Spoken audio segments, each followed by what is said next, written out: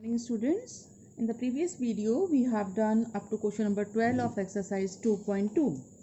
Now 13th question is we have to find the value of this expression. If we see this expression 2x upon 1 plus x square, we observe that if we put x is equal to tan theta, then it becomes 2 tan theta upon 1 plus tan square theta, which is the formula for sin 2 theta. So we can make this substitution. So let x is equal to tan theta. Similarly here we have cos inverse, and if we put y is equal to tan phi, then it becomes cos 2 theta, and y is equal to tan phi. So from here you get theta is equal to tan inverse x, and y is equal to, and phi is equal to tan inverse y. So our expression becomes tangent half sin inverse 2 tan theta upon 1 plus tan square theta plus cos inverse 1 minus tan square phi divided by 1 plus tan square phi. It becomes tangent half sin inverse, it is sin 2 theta plus cos inverse cos 2 phi. Then it becomes tangent half, and sin inverse sin 2 theta becomes 2 theta. So it is 2 theta. Similarly here it becomes 2 phi. After taking 2 common, it gets cancelled with this 2, and you get tangent theta plus phi. Tangent, replace theta and phi, you will get theta is tan inverse x and phi is tan inverse y. It becomes tangent. Now use tan inverse x plus tan inverse y, that is tan inverse x plus y upon 1 minus xy. Now it becomes x plus y upon 1 minus xy, that is our result. Next question, 14th. This is an important question. It has been asked in the board examination many times. Sin inverse 1 by 5 plus cos inverse x is equal to 1. We have to find x. So from here you can write sin inverse 1 by 5 plus cos inverse x. This becomes sin inverse 1, and sign में 1 कब आता है, pi by 2 पे. So sine inverse 1 becomes pi by 2. Now you can compare it with sin inverse x plus cos inverse x is pi by 2. So x becomes 1 by 5, or you can also write cos inverse x is pi by 2 minus sin inverse 1 by 5. Now since sin inverse x plus cos inverse x is pi by 2, so pi by 2 minus sin inverse 1 by 5 becomes cos inverse 1 by 5. So you can write cos inverse 1 by 5. So from here you can get x is equal to 1 by 5.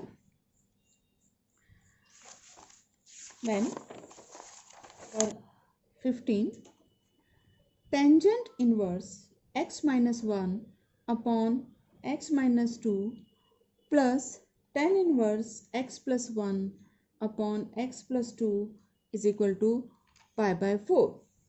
We have to find the value of x.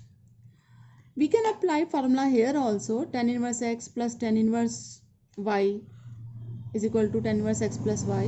But if you use here, it will be complicated. So we will transfer it on other side.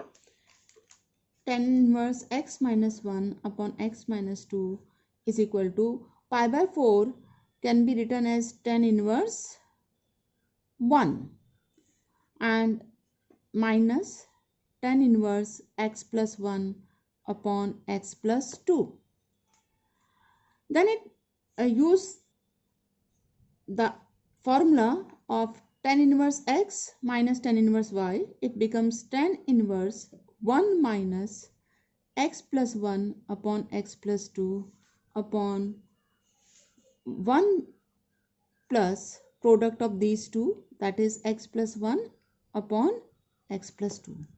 Then from here you get x minus 1 upon x minus 2 is equal to, take the LCM, it becomes x plus 2 minus x plus 1 and in the denominator x plus 2 plus x plus 1.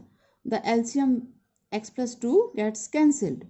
So you will get x minus 1 upon x minus 2 equal 3 divided by 2x plus 3. Then cross multiply, you will get 2x square plus 3x minus 2x minus 3 equal 3x minus 6.